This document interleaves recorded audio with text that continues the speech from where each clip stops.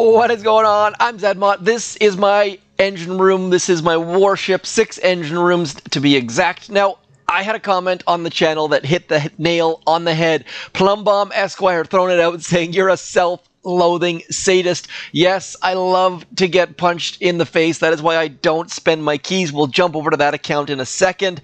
Yes, there is 2 of them. I didn't spend keys on this account. Managed to get it into the diamond by doing so, which actually passed my other account very, very quickly. So what I did, which you likely saw on the channel, is I went to 6 engine rooms. After that, I went Seekers, School Buses, Critters, Building Health. That Building Health node is the biggest game changer. Now, if you're not at Diamond yet and you have some keys to spend, get going, because more people are getting this Building Health node every single day, and the more that get that, the more you will start losing. So went and got Building Health, then I went back and got some boom mines and some shock launchers and rocket launchers, and also went back and got cannons. So this account had basically 0 defenses, so getting all of those defenses definitely made a difference. And then I went back up and got building damage and boom cannons, and now my base is doing very, very well. Probably going to park this account, but I figured I'd show you some attacks first. Number 1, my primary standard attack is something like this. Get 5 school buses out there and then just wait until they start getting towards this engine room. And then I clear a flamethrower that's near this engine room, because this engine room is closer than this engine room for Seekers. And then now that we're in here, it's time to start dropping some Seekers. And by flaring that building right there, that cannon, it gets some of our heavies underneath that sky shield, which means they're going to get rid of the Doom Cannon and the shock launcher. They're also going to clear some mines and get our Seekers flying through there. So our Seekers come through. Now, there's usually a shock blaster or a shock launcher under there. If your Seekers get hit by that, they end up sticking around and doing different pathing, which actually works to your advantage. So throwing a smoke on either side. Most of our Seekers do get underneath that, but look at that. Some of them stick around right there, which works to our advantage as well. So we get some Seekers splitting paths, all sorts of magic happening, and then smoke. I don't have shocks, so smoke is my only option. Shocks are probably better. Most of you probably went for shocks. I went the cheaper route and got smoke, which saved me a couple keys, and then just flaring all of the engine rooms as our Seekers come through. Now, I lost most of my Seekers because I didn't expect them to stick around here, and I'm trying to do too many things at once. But you can generally get about 145 using that strategy, and as long as you're above a minute 30 or so, you can usually win at this level. Now, there are other strategies involved here.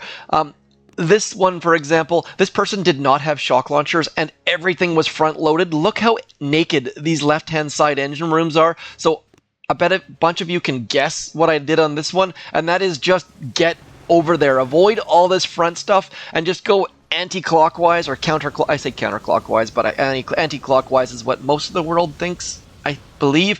Anyways, clearing, just clearing those engine rooms, getting into the middle so that we can go around the outside. If we went around the outside from here to here, we would have had to go through those boom cannons into that shock blaster's range. So figured we could stick to the outside, and then just clearing some shock mines, waiting for this to go down. There is nothing that can stop us. I think my time was like over 2 minutes, I believe, and then just coming in here and crushing all of the things. Losing school buses actually is to your advantage because you get more heavies, so we've got a whole bunch of heavies. We crush that person's hopes and dreams. So do consider using 5 boats of school buses with 3 boats of Seekers. It is a bit harem scarum, a little bit sketchy because you end up having to be careful of mines a little bit.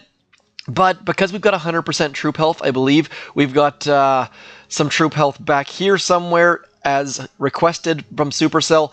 Definitely need that and then we get over here into some more troop health. So those Seekers start cruising once you have 100% troop health. So we're going to do my magical internet pause.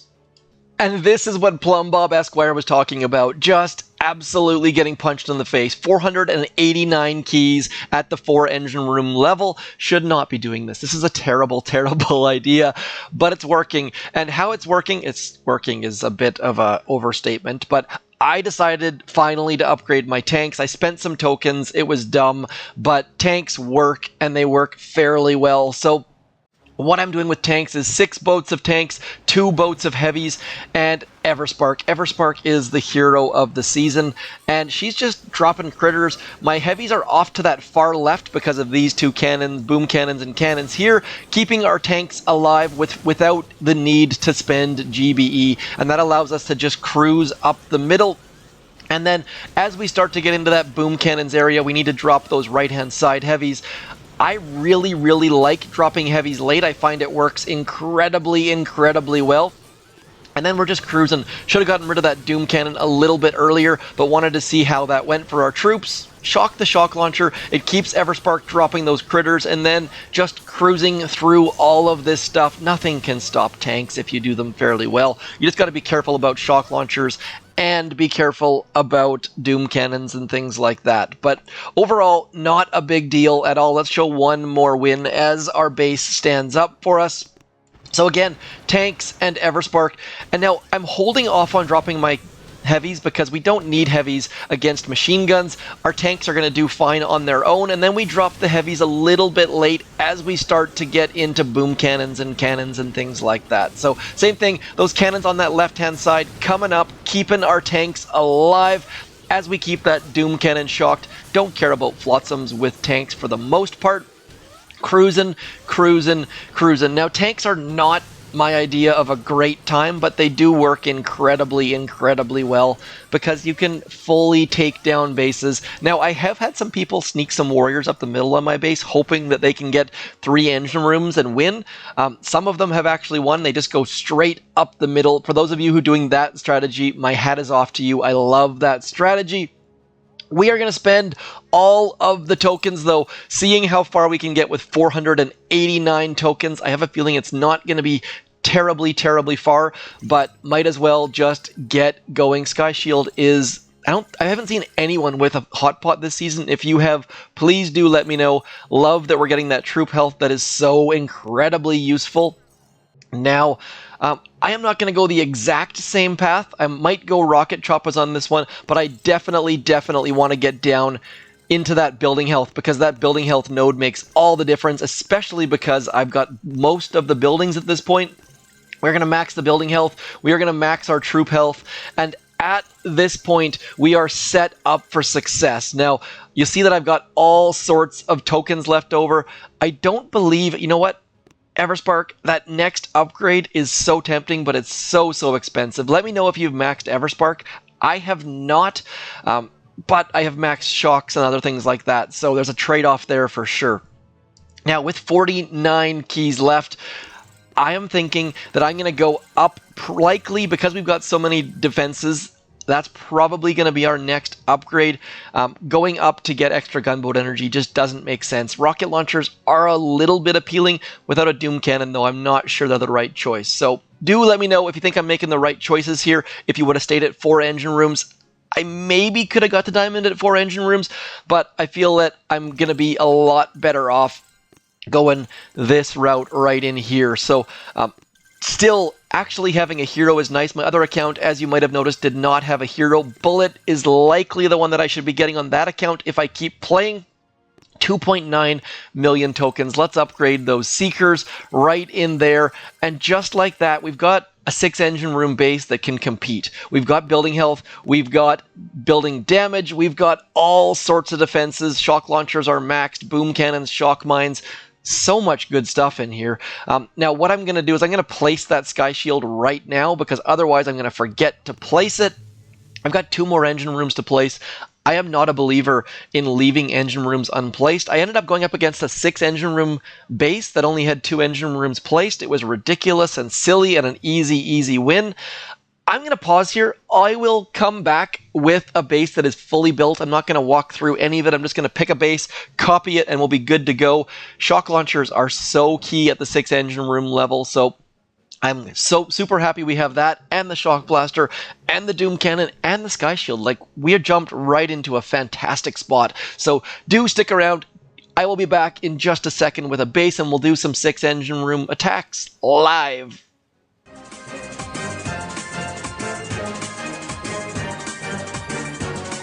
is back. Poor impression of a great base. This base was designed by Mr. Hugo. It is used by Mr. Mackett up the top of the New Zealand goodness, fighting for first place. I am on Team Mackett.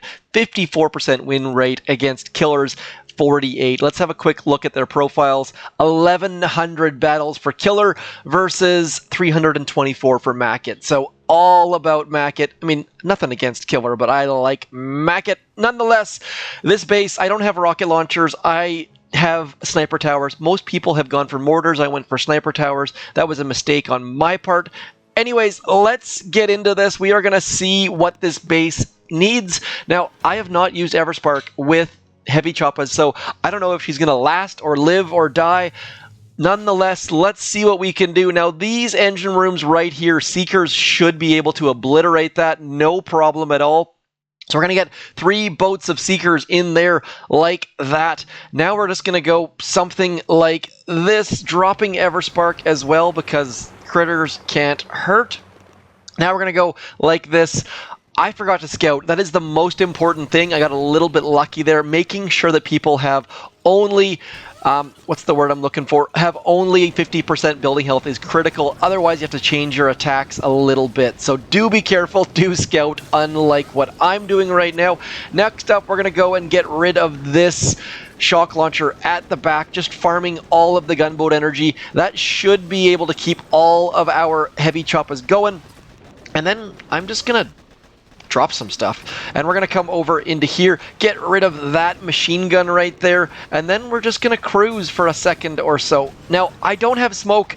This is the first time I have used Seekers without smoke. It's going to be fairly interesting. Everspark is dropping all sorts of critters everywhere, which should be fairly useful for us, but still not entirely sure how this is going to go because this is my first time using this strategy with these troops. So just trying our best to clear all of the things and just keep our heavies ahead of our Seekers, I suppose, is our first goal here. Everspark still alive somehow, some way, not entirely sure how she is pulling that off, but this should be a decent attack. I just tried to flare somewhere that we shouldn't be flaring, so suddenly we are having some difficulties. Our Seekers are now into those flamethrowers, which means that we want to get all of our heavies over. How is Everspark still alive? That is the question that I am most interested in at the moment.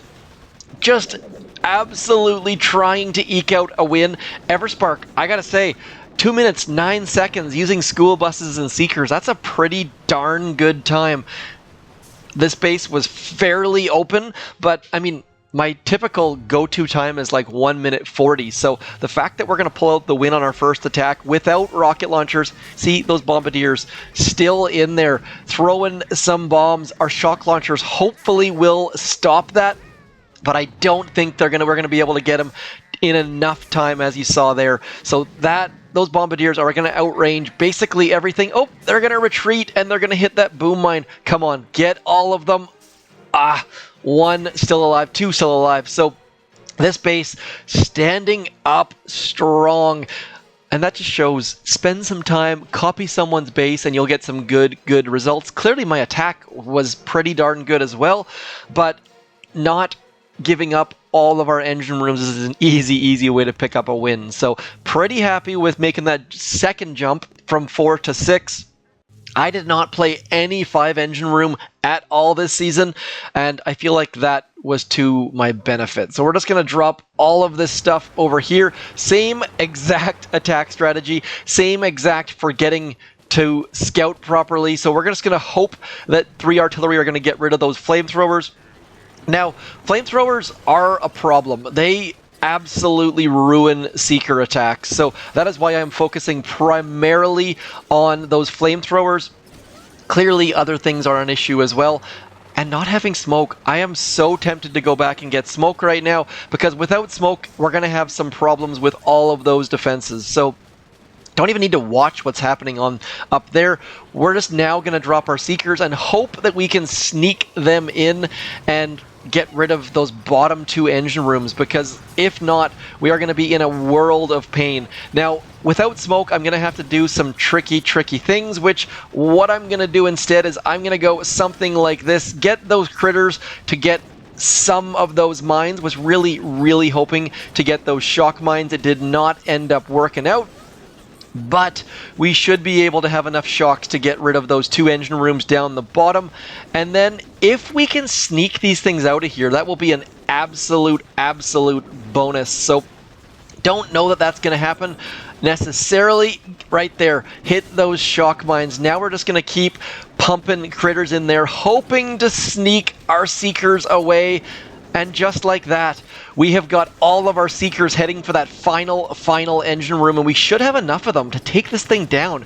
2 decent attacks back-to-back times over 2 minutes. So Everspark and the gang doing some good work. Liking that a lot. I mean, even if my base sucked, 2 minutes 20 seconds should be enough to get the win.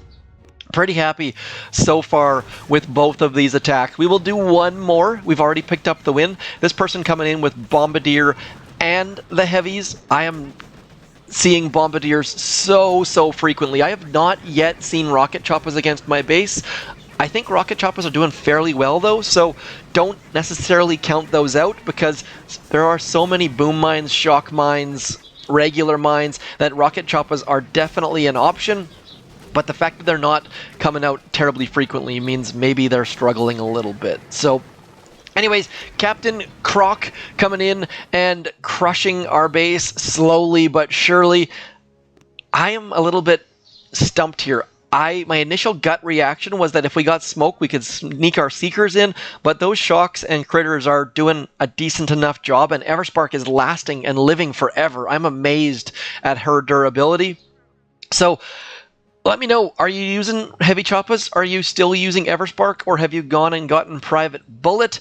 Where do you think I should go next? Rocket launchers this season, with the number of times we're seeing Bombardiers, I feel like those rocket launchers are the next possible choice. And also, that's going to boost up our offense, because that's going to give us all sorts of gunboat energy, and we likely have enough tokens. You know what? I'm just going to do it. We're going to get this GBE right in here, and our next step is going to be getting our chests to get our rocket launchers. So our offense just got way stronger, and our defense is going to get stronger on our probably 2 chests from now. So we'll do one more attack, and then I will bid you adieu and call it a day and all of that sort of fun stuff. By the way, I love it when this finding opponent starts spinning longer and longer, because it means maybe, just maybe, yeah, look at that, 5 engine room base. So 5 engine room base should be fairly straightforward, just walking through it at this point. Like, there is nothing that's going to stop us. And I'm just going to drop 1 on this left-hand side, because what that's going to do is that's going to allow us to save some gunboat energy on that left-hand side, clearing that mortar, clearing some of those mines, and then our seekers can just sneak right in on that right-hand side and take down that engine room. Getting some extra critters out here, slowly but surely, trying to keep some of those heavy choppas alive. Now, this path from this engine room back to that engine room for our seekers is going to be, frankly, terrible, but I think we can still make it work. So we're going to clear some mines in here with our critters and all that extra gunboat energy that we just picked up, and now we're going to go something like this. This is going to be sketchy, but we don't need to pay attention to anything except for this front stuff, so we're just going to throw a shock right about there. Gonna throw some critters to keep that flamethrower somewhat busy, and then we're just gonna let them go. We're gonna probably need to throw a shock right about there, some critters there, some critters there, and then just hope for the best. All of the things need to be shocked. We're gonna shock there, and then throw a, you know what, let's throw a flare into there. Like I said, don't really need to pay a ton of attention to any of this stuff. Most of this stuff works fairly independently once you get them moving, especially against an engine room that doesn't have a warship that doesn't have as many engine rooms. So 2 minutes and change for the easy win, moving us up, I believe, into the tier 20 finally starting to move forward after sitting there with unspent keys and unspent tokens. So I think the biggest takeaway from here is if you can spend those tokens and keys, I would highly, highly suggest doing it right about now, because if you don't, that window to get into Diamond is closing every hour, every minute, because the more people that get into this building health, the more difficult bases are going to become. So anyways, that is all for me for the day. Don't quite have enough tokens to move up into those rocket launchers, but perhaps I can get into Diamond, or in 6 hours we're going to have rocket launchers and be able to get them to a decent tier. So anyways, that's all for me. Still alive, missing some video days simply based on work and birthdays and coaching baseball and life details, but I got a new bike on the way. More details on that coming up later. I shall talk to you soon. Hit me up in the comments. Let me know how you're doing, what you're up to, if you're looking forward to winter or summer, depending on your hemisphere, and I shall talk to you soon. Thanks for coming in. I'm zmot. Throw it in your creator code BOOST. Talk to you soon. Peace.